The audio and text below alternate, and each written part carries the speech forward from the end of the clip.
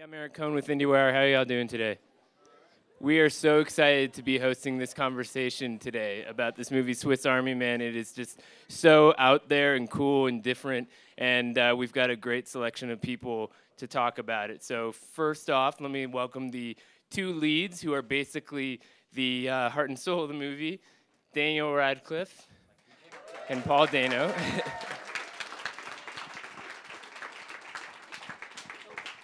And the pair that go as the Daniels, I believe, filmmakers, Kwan and Daniel Scheinart. Welcome. You want to welcome the last? Okay. And it has fallen to me to welcome Mary Elizabeth Winstead.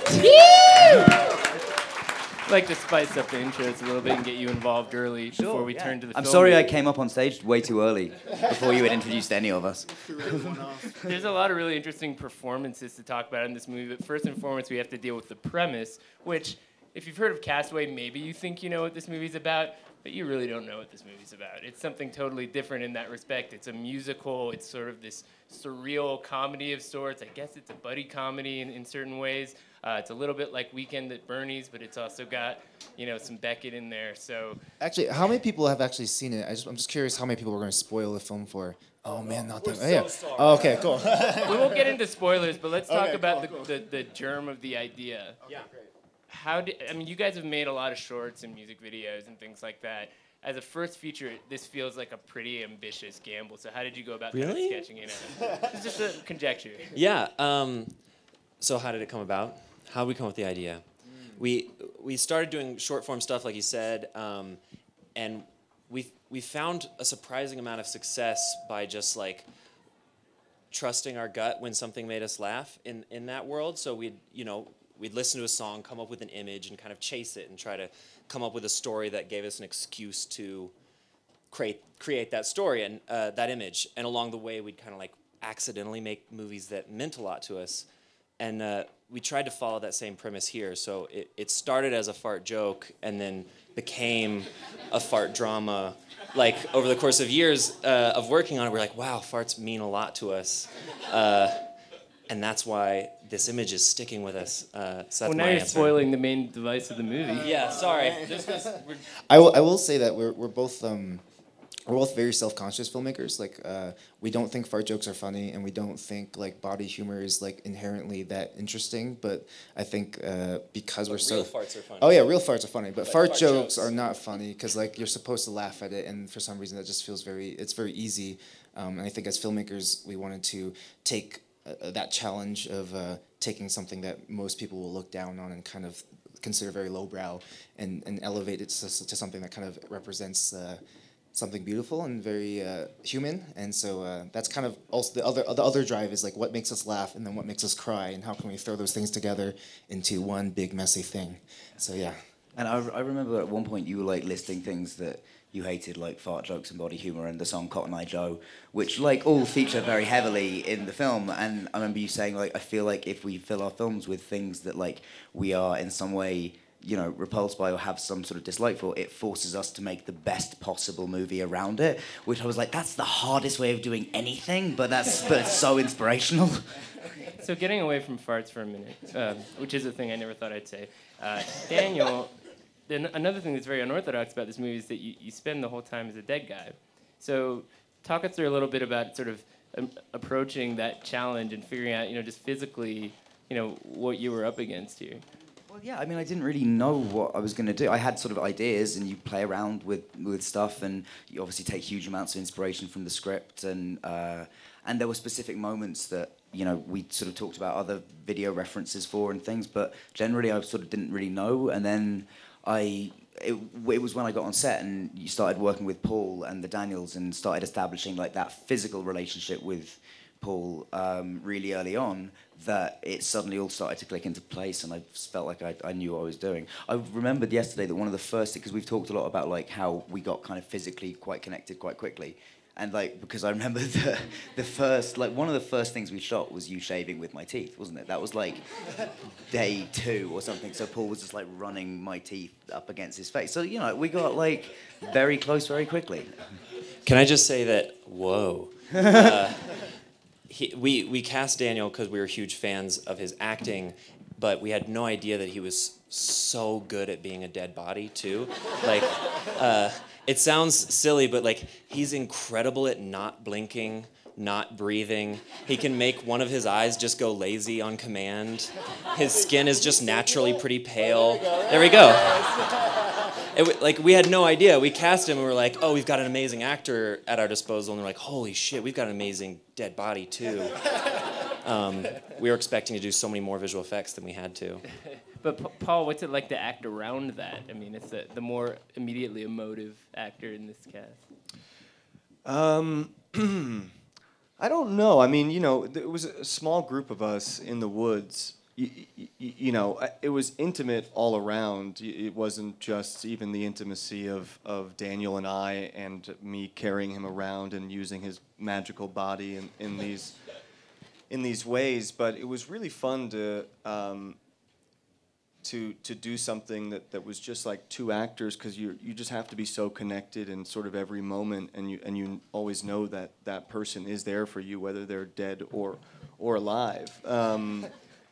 And I think it was really fun, and I was really lucky that we got along quick, and that we also had to go through things together that would make you close no matter what. Like, we just had to be willing to be embarrassed like all the time, and you always have that as an actor. You have to be willing to embarrass yourself, but seeing him take a risk like that, and hopefully he sees me take a risk like that, we know that we're just sort of in it together, and it's the two of us, but we also have these guys who, are two directors, and they could have done the movie themselves, as I think we took inspiration from them, their relationship, their ideas, the thoughts about physicality, which is so clear in their other work.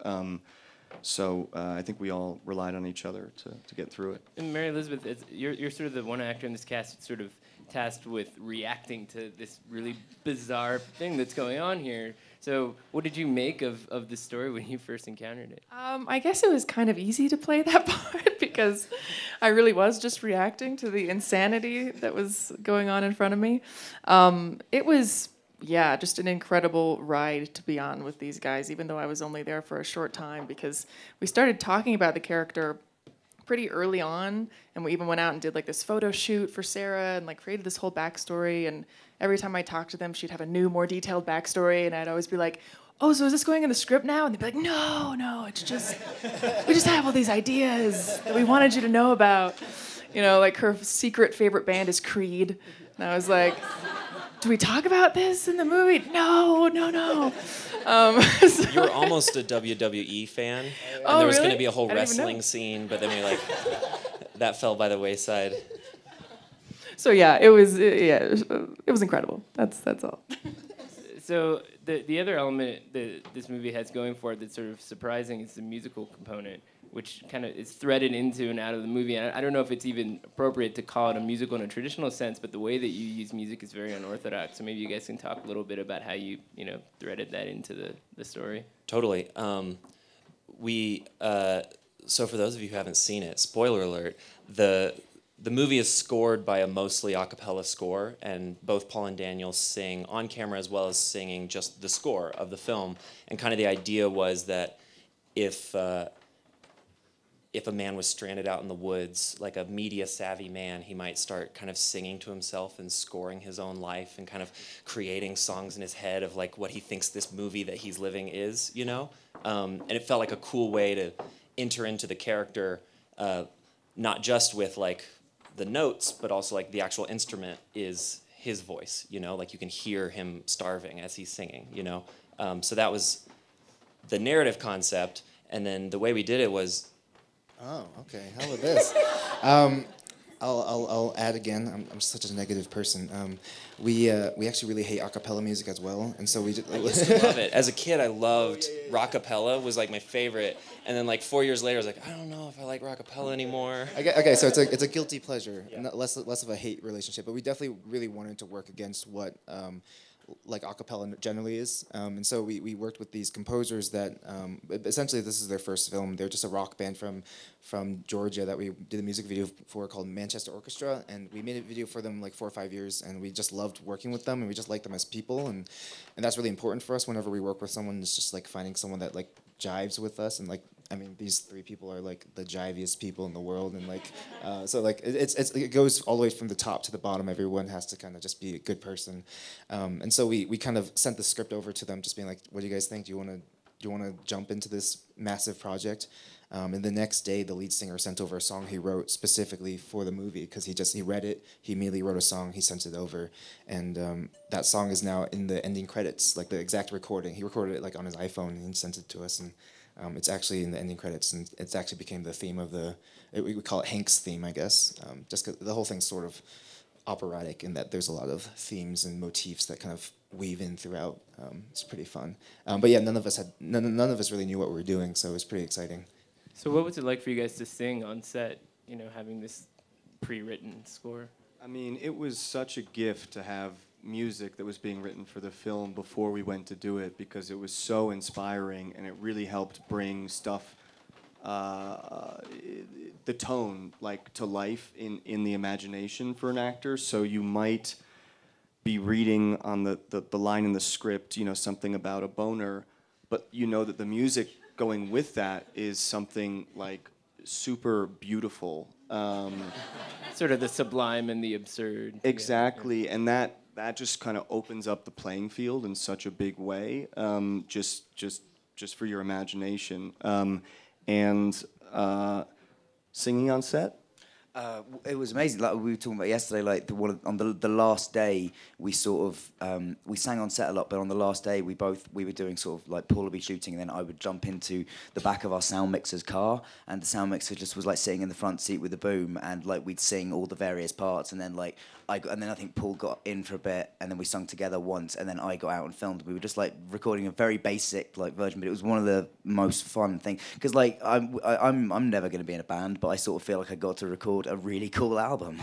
Like it is like the music is amazing, and there's definitely like in a couple of sequences particularly, the lyrics are beautiful and also very, very funny on like for people who will eventually, I hope, go back and watch the film many times. There is lots in there to dig out and hear, which are like I mean, and for Andy and those guys they wrote music before and during, which like responded to what we were filming, and after, like they were so involved at every step of the process, and just as these guys said, an essential element of the film. Well, there are a lot of reasons why it would be worth revisiting this movie, one of which is to figure out if you can really tell what's happening. I mean, there's a sense of you're sort of playing with expectations for much of the running time, and so that leads me to wonder, exactly how you mapped out sort of the path of these guys go on, because there's a lot of certain like editing strategies in there that seem very calculated. It was actually it was kind of like a trial and error thing with this script, just because we knew we were breaking a lot of rules for screenwriting. Like everyone told us you can't start a movie with a guy riding a dead body like a jet ski powered by his farts, and have that be the beginning of your film, because where do you go from there? And I think for some reason we really liked the challenge of that, and I think some other, like Paul said, the reason why he even like jumped on the film was because of that. And I think a lot of the structure was kind of found accidentally on purpose, because there's a lot of screenwriting books out there about structure and things like that, and we were aware of that stuff. But I think it was a lot more fun to be lost in the story, trying to figure out what is supposed to happen next. How are we going to keep ourselves and the audience entertained, and how are we going to make sure that in the end what we're trying to do gets across even through the mess. Because I think we enjoy how messy everything is, but of course in the end you should be able to distill something from it. So we're hoping that even though that so much is happening and so much is kind of washing over you, by the end of it, maybe 2 days later, 3 days later, when you wake up, you have a weird dream and something starts to click. I think that's kind of how our brains work when we wrote it, and we're hoping that people have a similar experience when they're watching it. I was just gonna say we were constantly debating like what was most important, like that it make like literal sense, or does the geography need to make sense as we're location scouting? And then as we worked with Paul on the script, like it kind of became clear that the most important thing was that it made emotional sense, and that we were really fine with people interpreting everything else. But as long as like every scene had a strong emotional perspective, we could throw craziness, every which way and still have a movie. And it was really fun and freeing, because then we didn't have to stress out about everything. We could be like, but does it make sense for Hank? Does it make sense for what we want you to feel, Also, Larkin's here. He went to school with our DP, Larkin, who's in the back. Hi, Larkin. Funny backstory. We'll do a conversation about it afterwards. So really quickly, one of the things that I think you're hitting on here is just how uncompromising this movie is. And so I want to put it to the actors. My understanding is you have these things called agents. They send you scripts. They say you should do this one, not that one. How do you sort of make decisions like this based on, something like this, which is obviously, it comes with a certain risk because it's not the most conventional project? Maybe I'll throw it to Mary Elizabeth first. Sure. For me, I just like to work with people that are doing something different. So for me, this was a dream script to get. And just having their names on it, I knew what kind of directors they were. And that was incredibly exciting to me that they were doing a feature film. And I couldn't even imagine what that would be. And even after reading the script, I still couldn't really imagine what that would be. But that was so exciting to me. And I think was just one more step in the sort of journey for me in trying to find these super rare gems of things that aren't like anything else. And I don't really think about the risk of that. I don't think I really have to worry about that much, and maybe I'm lucky in that way. I just do what I like and try to find the projects that speak to me in some way. How about you guys? Yeah, I saw one of their music videos and literally just thought, whatever juice those guys are drinking, I want some. And I was reading about them online and saw that they were at the Sundance Lab. And I thought, I wonder, maybe I'll get in touch with these guys because I love their work. But I didn't have to because like a week later I got the script in my email. And I was like, whoa. And like page 2, when Hank wrote Manny farts across the ocean, I was in. Like, I just could see it, and it made perfect sense to me. I thought it was so funny and so beautiful and, like, glorious. And I really didn't want anybody else doing that. I wanted to be the person writing it.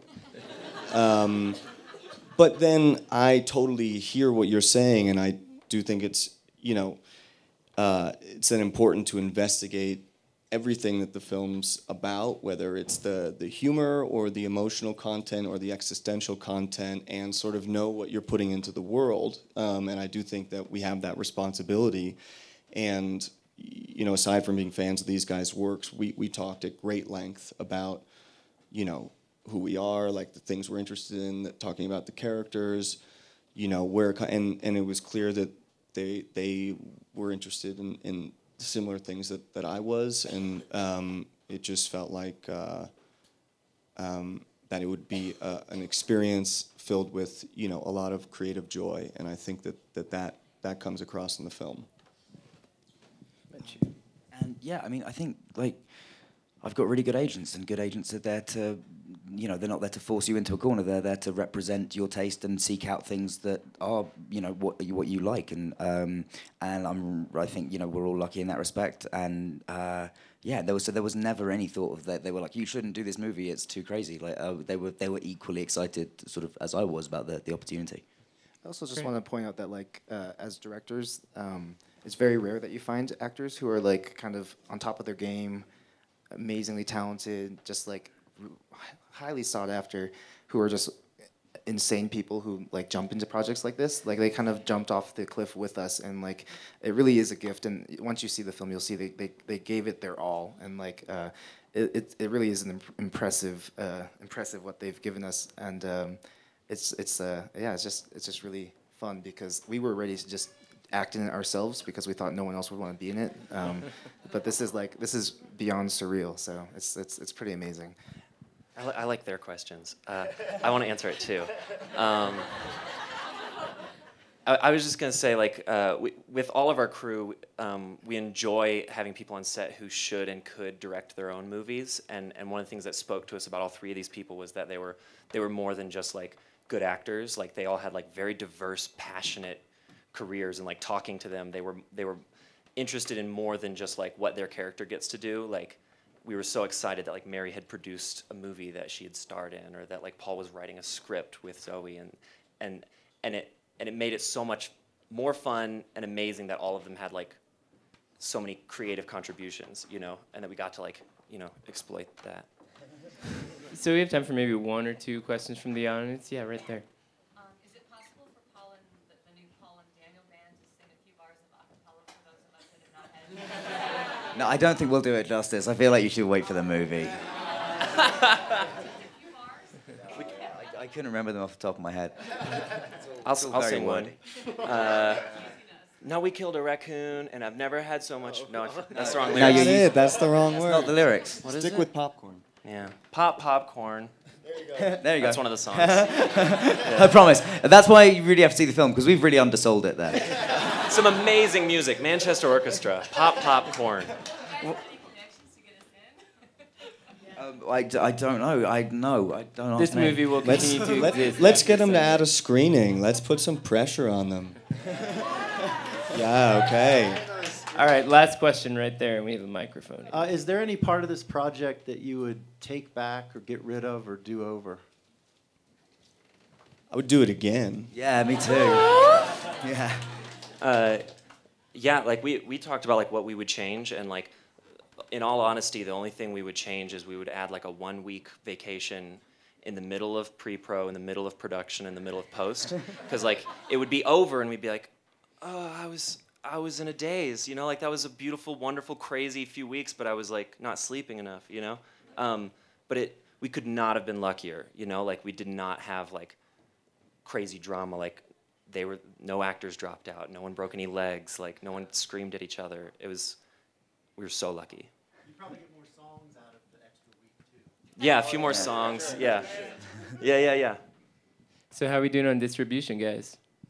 All of them are going to distribute at the same time for like 200 million, but we're playing hard to get. Well, on that optimistic note, thanks for being here. Thank you very much. Cheers, everybody.